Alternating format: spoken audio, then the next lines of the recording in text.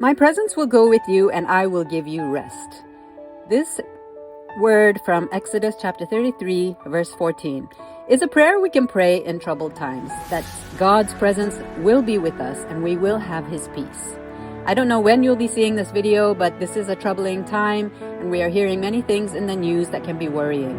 But I'm here to remind you, God is here with us at this very moment.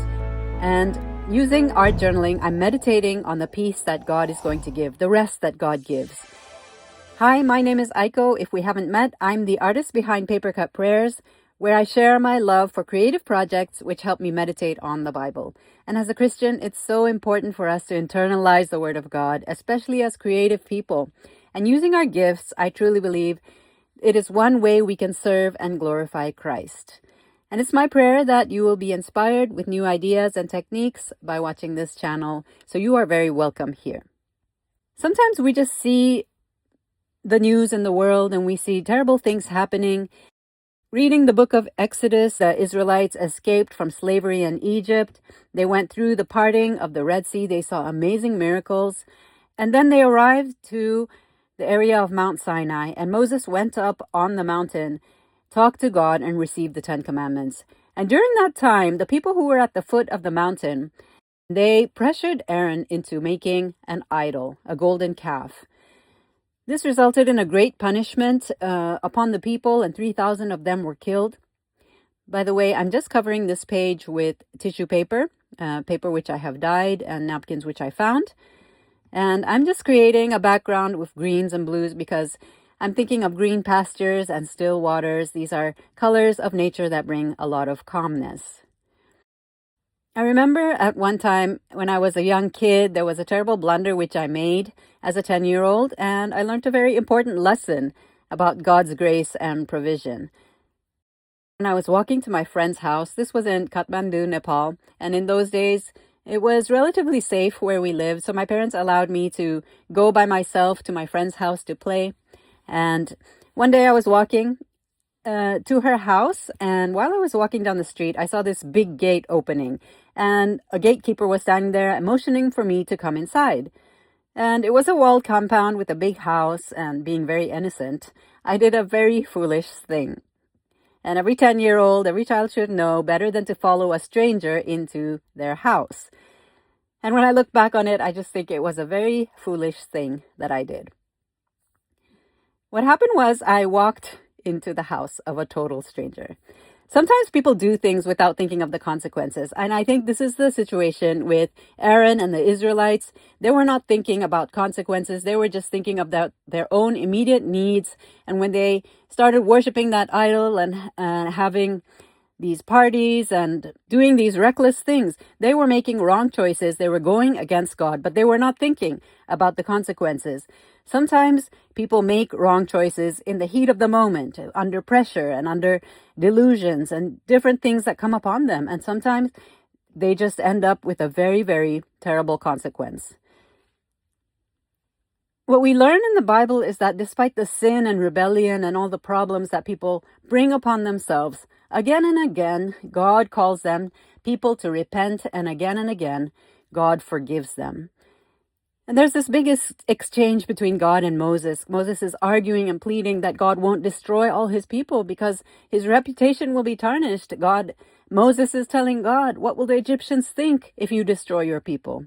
And after all these discussions, God finally relented. And these are the words that he says, that my presence will go with you and I will give you rest.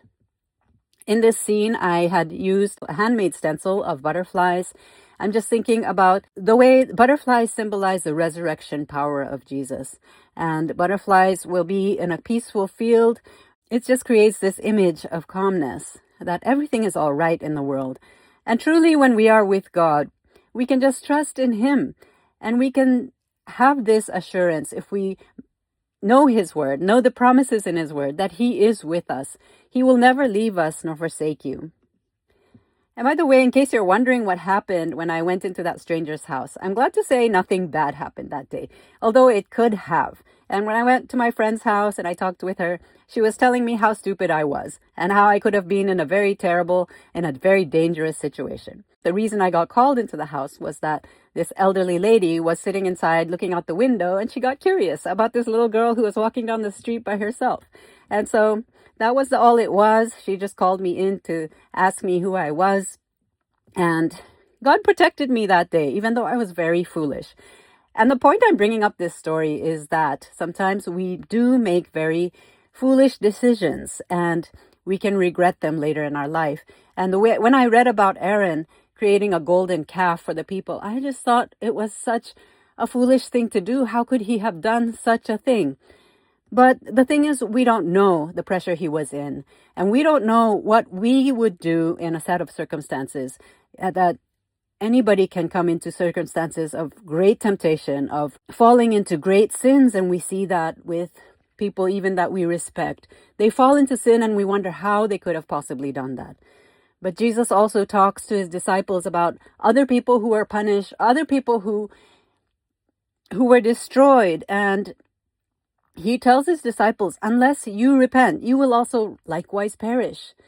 Sometimes it's because of sin, sometimes because of the evils in this world that people are destroyed. But the need for us at this very moment is to look to God ourselves, to seek God from our whole heart, to pray to him, to seek him, to focus on his word. We don't know why bad things happen all the time. We don't know the depths of depravity in this world. But our thing that we can do, the thing that we can control, even though we can't control the outcomes of things in this world, we can control our minds, our thoughts, and we can put our focus on him. We can put our mind fully on the Lord, use our art, our creativity, the things we can do with our hands to focus on the Lord and set our minds on him. We don't know everything about the future, and we might be worried about many things, but God says he will give rest, he will give peace. And I just thank God for his mercy and grace. I do appreciate that God has given me this outlet for times of anxiety. And I can use his words to pray that he has made these promises to his people in the past is true today. I just want to encourage you to find peace in God. He's the one who fights for us. He is the one who brings us deliverance. And if you want to hear more about how God fights for us, I have a video on that, so you can watch that next. Please join me and my newsletter because I have some exciting news coming up. The link is in the description box. Thank you for watching. May God bless you.